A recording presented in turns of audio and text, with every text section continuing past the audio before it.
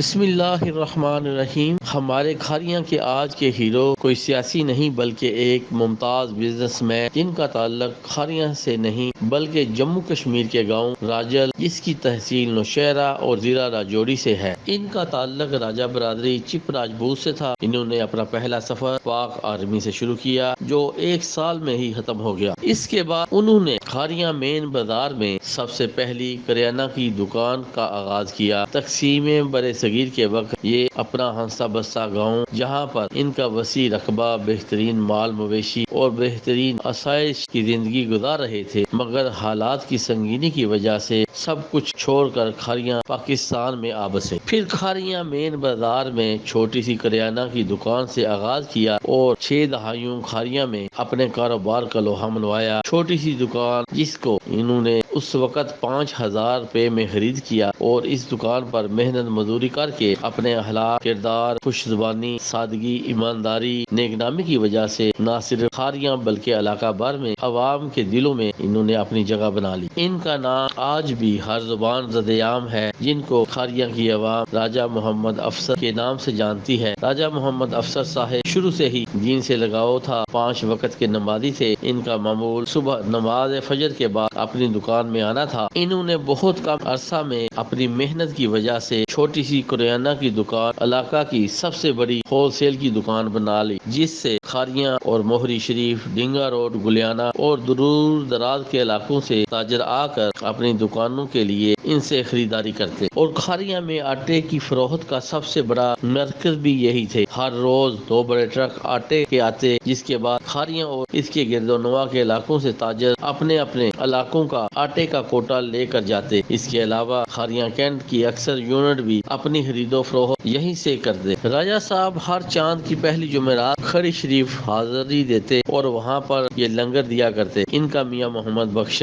دمڑی والی سرکار کے ساتھ روحانی تعلق تھا۔ اس کے علاوہ راجہ افسر صاحب غریبوں کے ساتھ ان کا حسن سلوک، غریبوں، یتیموں، بیواؤں کے گھروں کے لیے ان کی طرف سے رازداری سے راشن دیا کرتے۔ ان کے دوستوں میں حاجی شکردین صاحب، حاجی عبدالکریم، چاچو محمد حسین، ملک فقیر محمد، حاجی سید محمد مظہر بٹ کے ساتھ ان کی دوستی تھی۔ اکثر اپنے دوستوں کے ساتھ گفتگو کرتے ہوئے اپنے آبائی علاقہ کو یاد کیا کرتے تھے اور وہاں کے اپنے قصوں کو سنا کر دل بہلایا کرتے تھے۔ راجہ افسر صاحب نے اپنی پوری زندگی بہترین طریقہ سے رزق حلال کمایا۔ کسی سے بھی ایسے شواہد نہیں ملے کہ راجہ محمد افسر صاحب کے ساتھ کوئی کسی بھی شخص یا تاجر کے ساتھ کوئی لڑائی جھگڑا ہوا ہو۔ انہوں نے اپنی پوری زندگی سادگی کے ساتھ اللہ تعالیٰ کا دیا ہوا مال کے باوجود بھی اس میں کسی قسم کا کوئی تکبر غرور نہ تھا۔ راجہ افسر کے پاس ایسے لوگ اپنے چشم پوشی کے دنوں میں ملازمت کیا کرتے تھے جو آج ایک کامیاب بزنس مین اور آج کروڑوں میں کھیل رہے ہیں۔ کھاریاں میں وہ ایک کامیاب بزنس مین بن چکے ہیں۔ راجہ صاحب نے اپنی پوری زندگی اپنے کاروبار کو عبادت سمجھ کر کیا۔ عمر دراز ہونے کے باوجود انہوں نے آخری وقت تک اپنی دکان کی روٹین جاری رکھی۔ آخر میں نماز ظہر کی نماز کے لیے جب ان کے گھر والوں نے انہیں جگایا کہ نماز ظہر کا وقت ہے، وہ اپنے حال کی حقیقی سے جا ملے تھے۔ کھاریاں میں ان کی وفات پر بازار کو بھی بند رکھا گیا۔ آج بھی راجہ افسر کا لگایا ہوا پودا اس وقت تناور درخت بن چکا ہے۔ ان کی وفات کے بعد ان کا بیٹا راجہ شہزاد اور ان کا پوتا راجہ نادر اس کو چلا رہے ہیں۔ ہماری دعا ہے اللہ تعالیٰ ان کے درجات کو بلند فرمائے اور ان کی قبر پر کروڑوں رحمتوں کا نزول فرمائے، آمین۔